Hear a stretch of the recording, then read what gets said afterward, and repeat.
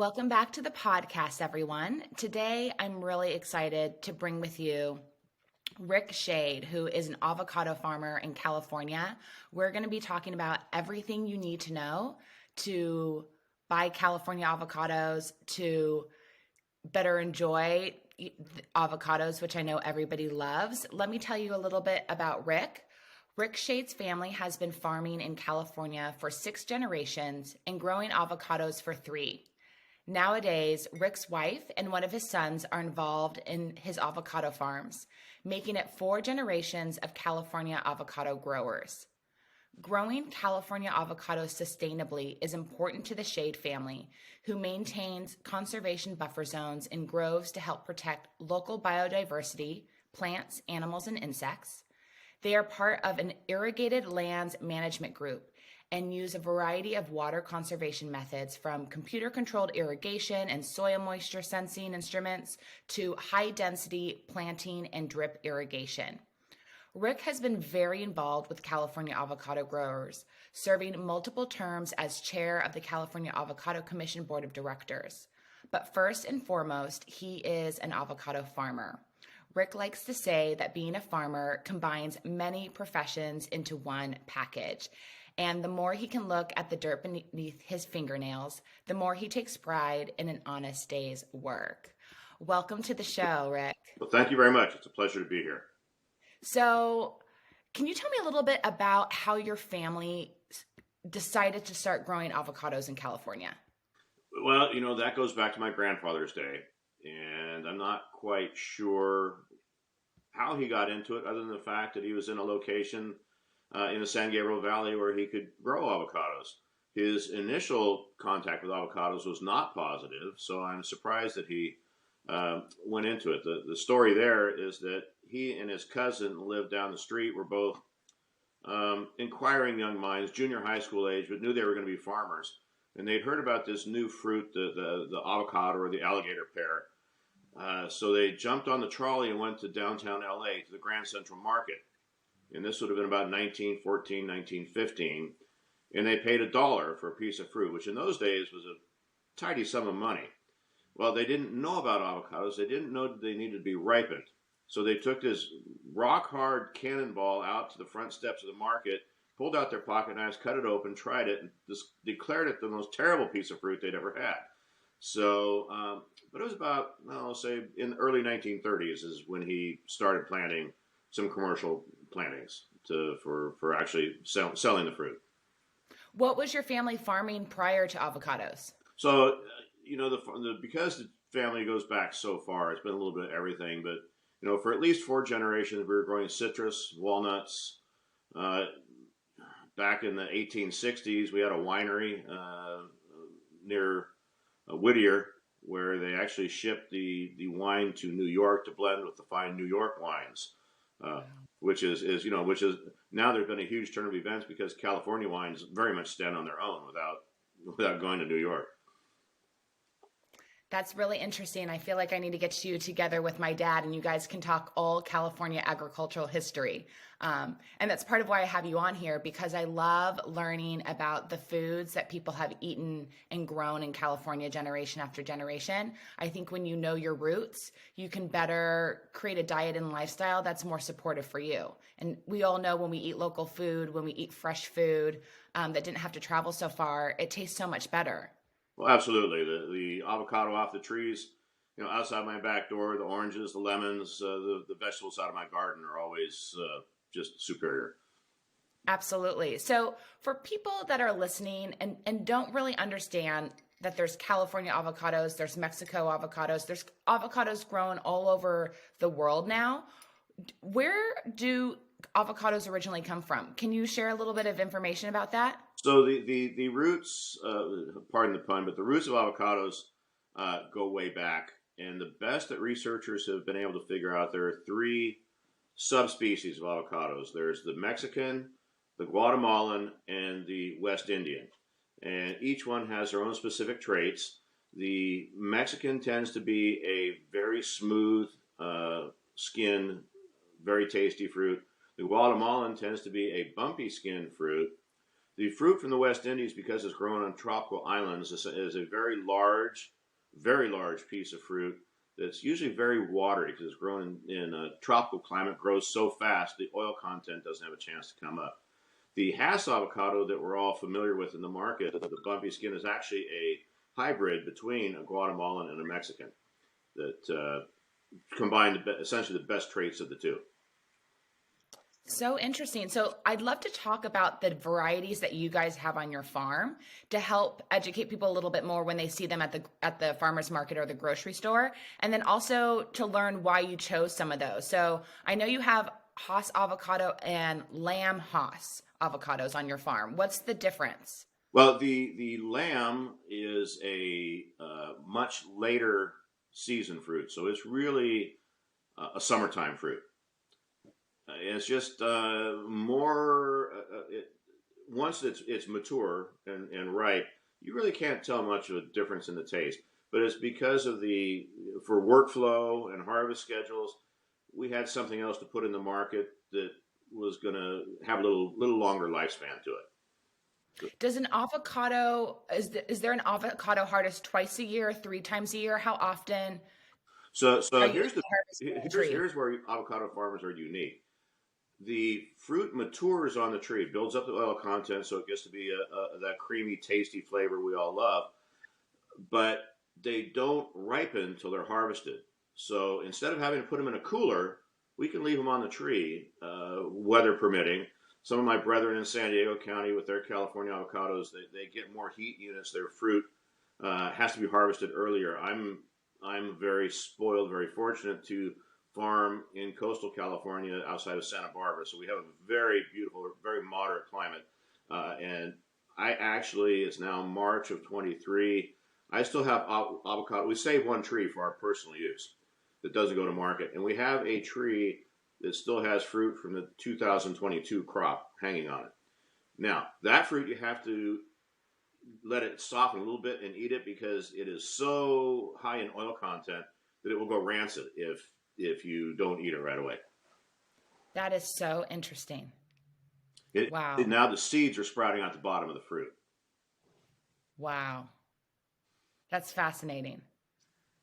So Zutano is the avocado that my family farmed down in San Diego. What made you guys choose the Zutano? We don't grow Zutano as a commercial variety for market, but it is an opposite flower type from the Hass, which is our commercial variety. So it pollinates. It's a help in pollinating. So the flowers open. Avocados are, once again, they're unique. The flower is hermaphroditic, meaning it opens as a male at one time and opens as a female at another time, which is unique in the flower world. So if you have a tree on the opposite track, you have a better chance of the pollen sources meeting and doing what they need to do. So you brought up a question that I had always heard that you need to have a male avocado tree and a female avocado tree. Is that a myth? That is a myth, absolutely. It helps to have other trees around just because the flowers are off cycle and so you get that pollination effect. But the needing two trees is not true. Some of the other California crops, almonds, kiwis, need a male and a female, but the avocado does not. Got it. So if someone was to plant an avocado tree in their backyard, they're going to have a better experience and get more fruit if one of their neighbors also has an avocado tree. They're going to work together. Beneficial. Got it. I love that. All right. What about the gem avocado? So the gem is a new variety, relatively newcomer on the scene, and actually was discovered, bred, marketed by a former college classmate of mine. And it's not called gem because it's such a gem of a piece of fruit. His name is Gray E. Martin, so he took his initials to make the name for it. So there's a little bit of avocado trivia for you today. But the gem has a different growth habit. So it grows in a very compact, very short stature. So I have a tree in my yard at home that's 10 years old and it's only 8 feet tall. So you don't need ladders. It grows the fruit to the interior of the tree, so you don't worry so much about sunburn or getting blown off the tree in a windstorm, that sort of thing. It's a very flavorful fruit, and genetically, It's just a larger piece of fruit, much like Kareem Abdul-Jabbar is just genetically a larger human being than a horse jockey. Uh, still human, but just different genes. I love that because one of the things I love when I travel to Hawaii is going to the farmers markets and buying the avocados there because they're huge and they're Mm-hmm. beautiful and there's so much that you can do with them. Why does that happen sometimes in different places? Well, once again, it is. I think it's climate related. So Hawaii is a more tropical climate. Although I know they have the extremes of climate in Hawaii. You can be on the beach in the morning and go to the top of the mountain and see snow. But it is that more tropical effect, more heat, more water. The avocados are just happy. And once again, I believe that's I want to say charwell that they grow in Hawaii. And once again, it's just genetically a little bigger piece of fruit. Got it. You are just a wealth of information. This is like the dream come true to like dive deep into the avocado. So thank you for sharing all this with us. My pleasure. I believe the next one you have on your farm is the Fuerte. The Fuerte is best described as an heirloom variety. The Fuerte is the parent of the California avocado industry. It goes back well over 100 years. And the little sidebar about that is Fuerte means strong in Spanish. And the Fuerte tree, there were many of them planted out around Yorba Linda, Placentia, Brea, Orange County. And there was a freeze that came through and wiped out a lot of the citrus and many of the avocados, except the Fuerte. It is more resistant to cold weather, and that's how it got the name Fuerte.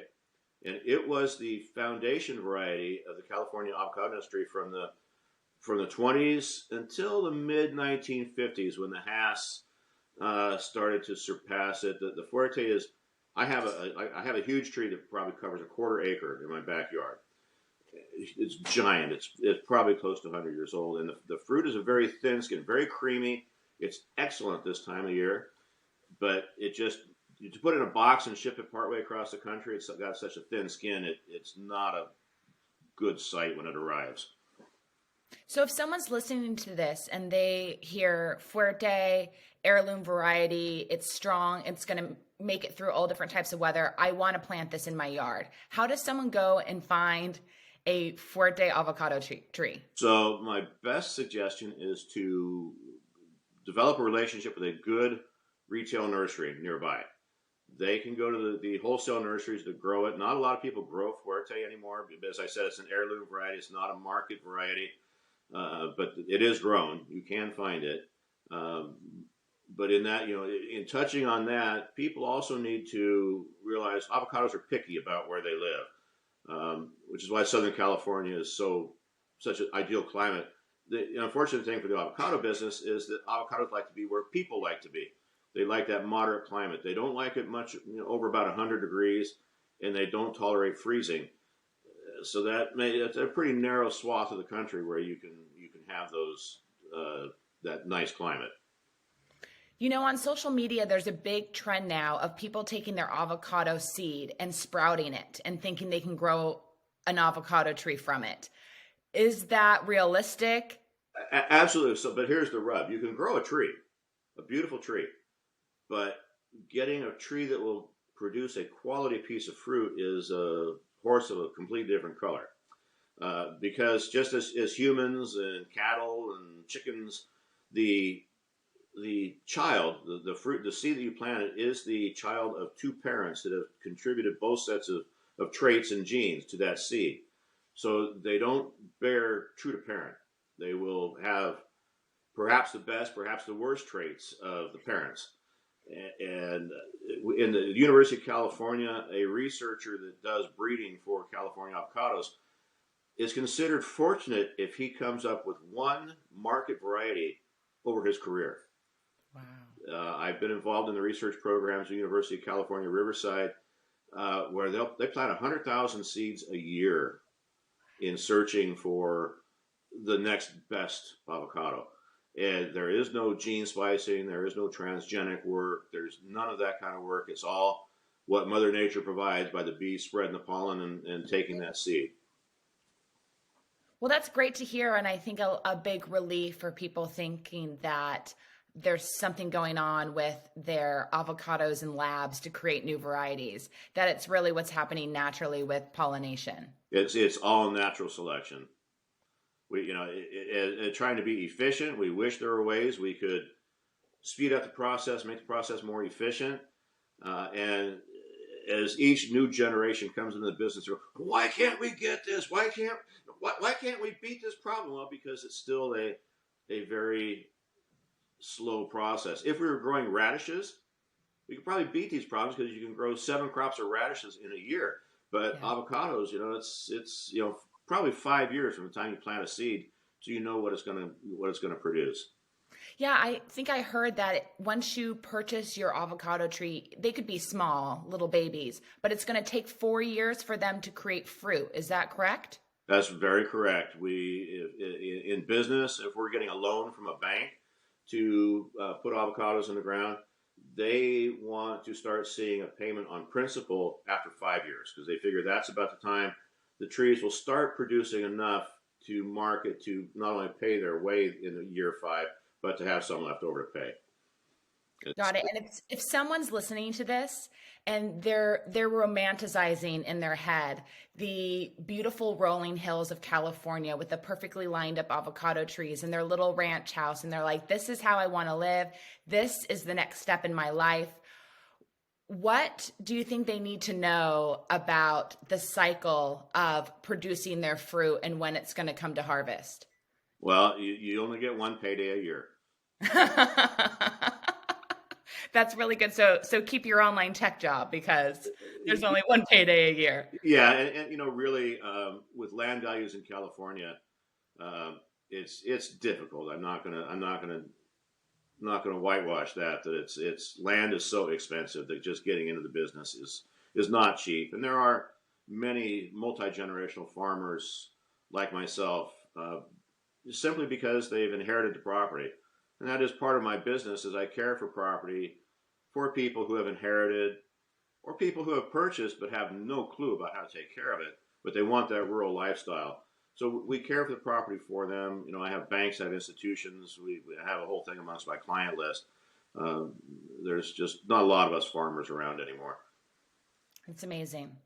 Well, I believe there's one more avocado on your farm we haven't touched on, and that's the bacon avocado. So once again, it's a thin skin avocado, pretty much ready for market around Thanksgiving and through the winter. Also resistant to cold, but not very popular in the marketplace. Once again, it's kind of a watery variety. It flowers in the spring, and the fruit is ready by the fall, so it doesn't have the time on tree to build up the oil content. The Hass avocado, that's the number one California market variety, is on the tree for about 18 months before it's harvested, so almost twice the stretch of time. And that's the other thing. If anybody's romanticizing getting the avocado business, you're caring for that fruit for more than 1 year before you can think about picking it. In fact, there often will have 2 crops on the tree. Now, the trees are starting to bloom for the crop that will be harvested in 2024, yet we haven't harvested the crop from 2023. So we're really farming 2 crops at one time.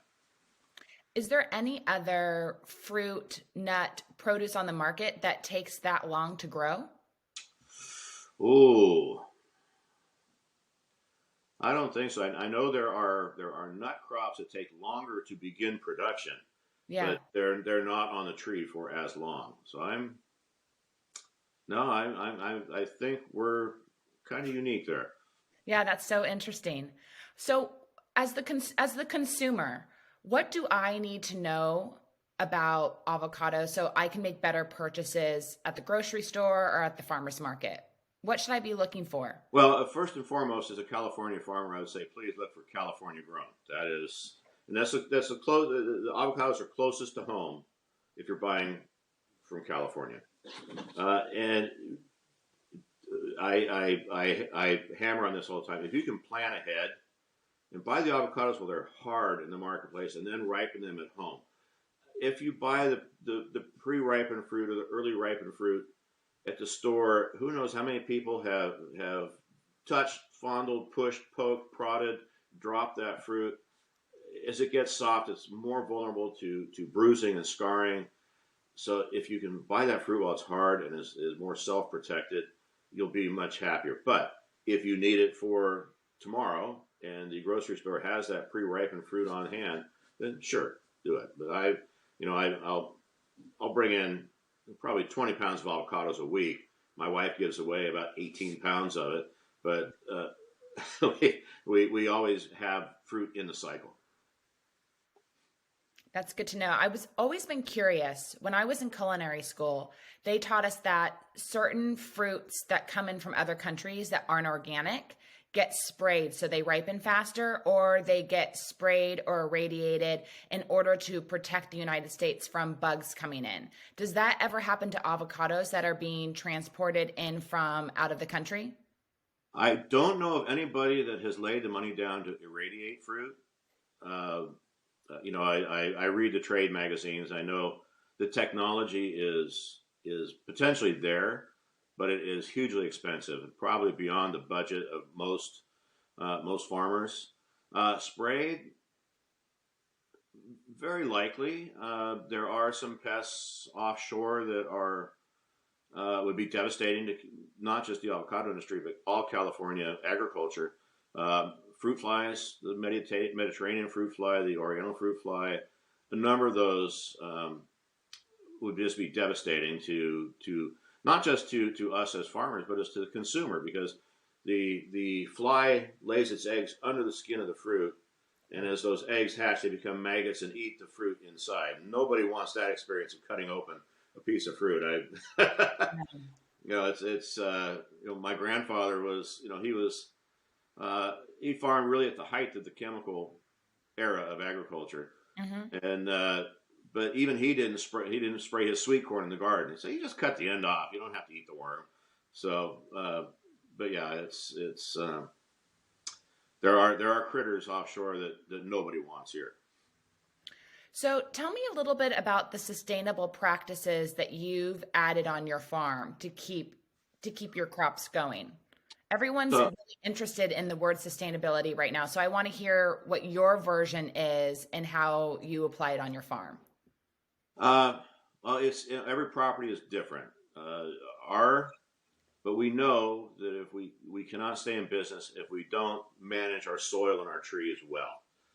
Uh, and avocados are a once in a generation, maybe once every generation and a half crop. So I'm planting trees now that my son will deal with, another 30 years that I probably won't be around to deal with.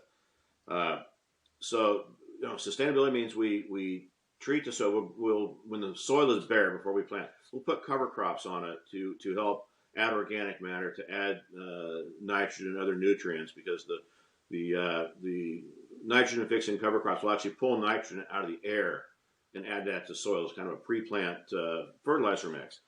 The trees, there's not a lot of sustainability in the trees themselves, other than the fact that as we prune, as we remove trees, all that is mulched and returned to the soil. In fact, we have a process now where we actually mulch the trees where there's a possibility of some soil disease. Instead of using chemicals, we mulch to create a better root zone for the trees to grow in. So we're not using fungicides on the trees, that sort of thing. If we can minimize our inputs that come from off the farm, I think we're doing a better job. What is the minimum number of trees do you think somebody should have on their avocado farm? Is there a minimum if they're trying to produce fruit to sell at a farmer's market or to a grocery store? Oh, it depends on how good of a farmer you are, really. But the definition of a commercial grower is somebody who produces more than 10,000 pounds of avocados a year.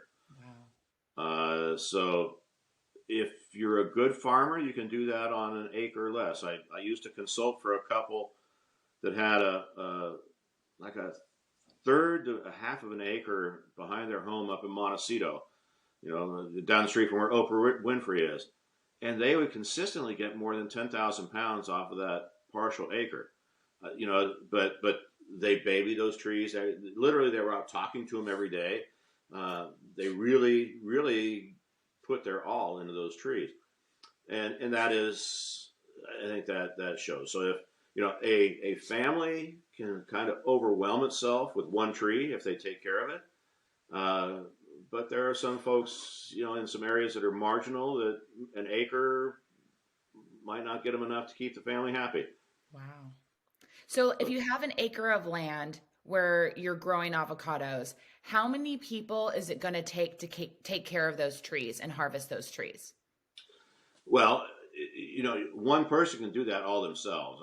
I grew up in La Habra Heights, just down the street actually from the Mother Hass avocado tree, and that was in a time when the La Habra Heights was breaking up and being subdivided.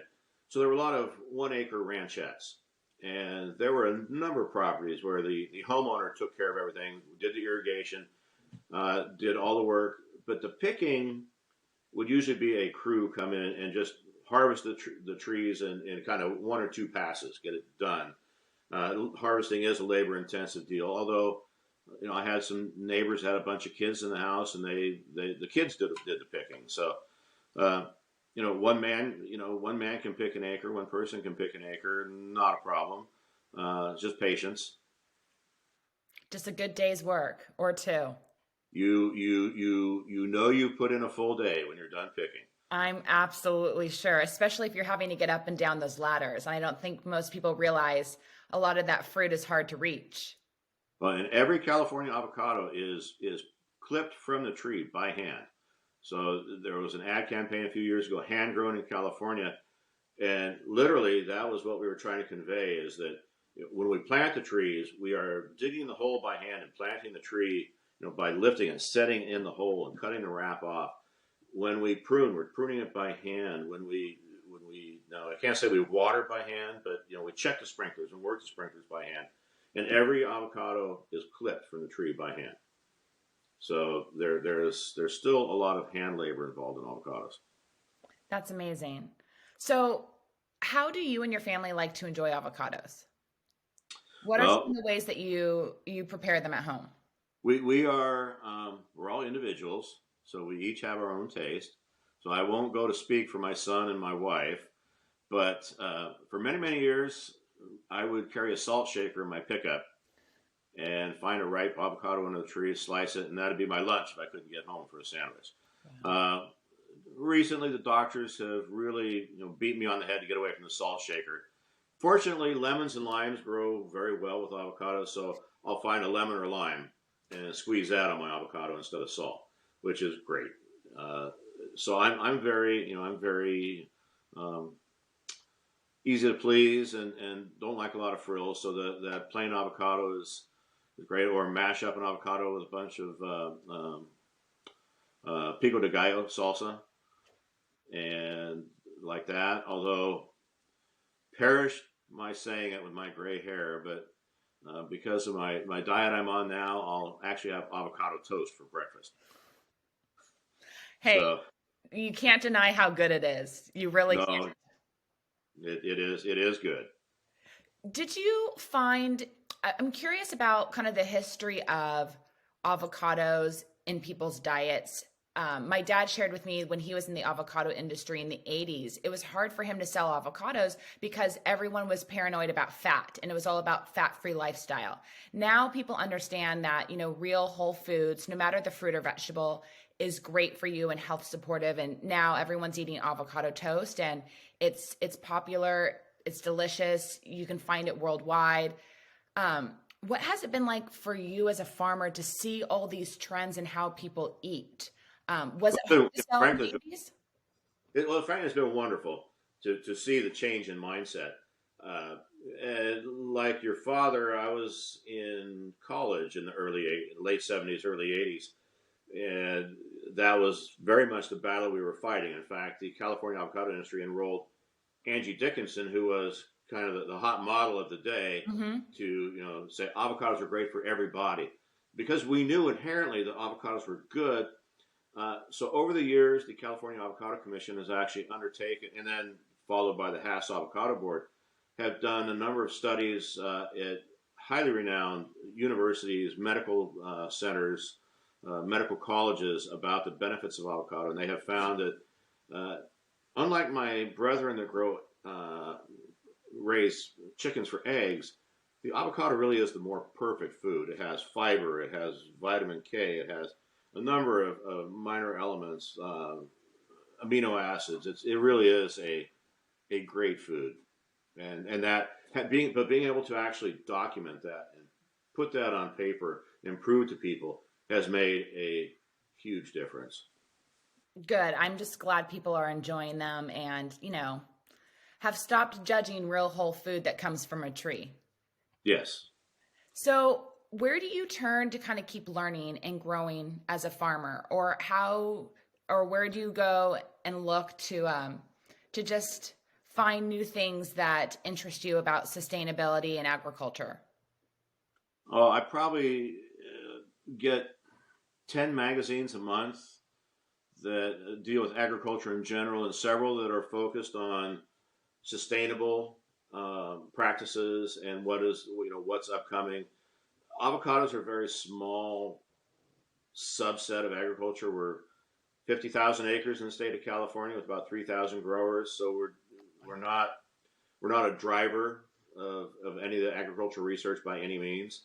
But just there are times I can read an article on carrots, for instance, and read about something they're doing in carrots and go, oh, well, wait a minute. What if I took that idea and did it like this in my avocados? And I am, I've got old gray hair, but I don't mind trying things. I don't mind experimenting with something. I've had some spectacular failures, and I've had some spectacular successes. So you got to keep trying. And I read trade magazines. I go to educational meetings. The California Avocado Commission puts on grower seminars throughout the year. Several of the packing companies, the Pack California Avocados, put on seminars for growers because they want the growers to be successful so they can succeed. So they're doing everything they can to help us along. And that I'm like a sponge on that. I will take all that in and I'll look over the neighbor's fence and see what the hell he's doing. I love that. If somebody wanted to check out some of those trade magazines, can you share a few of the names? Oh, there's California Ag Consultant. There's California Fruit Grower. The California Avocado Commission publishes one quarterly called The Grove that has some of those pretty weighty scientific articles. You almost have to be a scientist to truly grasp what they're saying. But those are the places I look first. And you can go online too. The California avocado industry in the 60s, 70s, and 80s was there were a lot of engineers that grew avocados as a sideline. Really? So they brought kind of that engineering mindset to the industry and try to add science but put a lot of things online. A lot of them were computer geeks too, pardon my French, but they get things online. It's a lot easier to get online than it is to get in the pickup and go down to the library and find things. So interesting. So where can the listeners learn more about you, your farming technique, your work as a consultant? Where can they find you and get in touch with you? So there are a couple avenues. There is a profile about me on the California Avocado Commission website. In fact, I've got an appointment to update my picture in a couple of weeks because the picture is several years old. I was much better looking and much skinnier in those days. So, I wish they weren't getting rid of it, but they are. Then there is also, we have a very shallow website for our business, Shade Farm Management, Inc. We're online there, so you can find that. My son, when he's not overworked, posts to Instagram quite a bit and that sort of thing. So we're out there. It's just having an online presence on top of doing what we do every day is difficult. At the end of the day, I just want to come home, put my feet up, and relax. Absolutely. Well deserved. Is there anything else you would like the listener to know about avocados or California avocados today? Well, California avocados are your local choice. And as far as I'm concerned, they're the best choice. But, there's no pride whatsoever in what I'm saying about that. But every grower cares deeply about what they're doing and what they're bringing to market. Can you leave our listeners with just maybe one healthy tip they can consider adding into their life? Avocados. I love it. And how many avocados do you think you eat a day? Once again, my doctor's been yelling at me, so they've just asked me to cut my caloric intake overall. So it's probably an avocado a day. That's a good life. I like Yeah, it. You're a lucky man. I have no complaints whatsoever. Well, thank you so much for taking the time to chat with me. This was a real wonderful education. I loved learning. And As I said, I can talk about them all day long. thank you so much, Rick. Take care. My pleasure. Take care.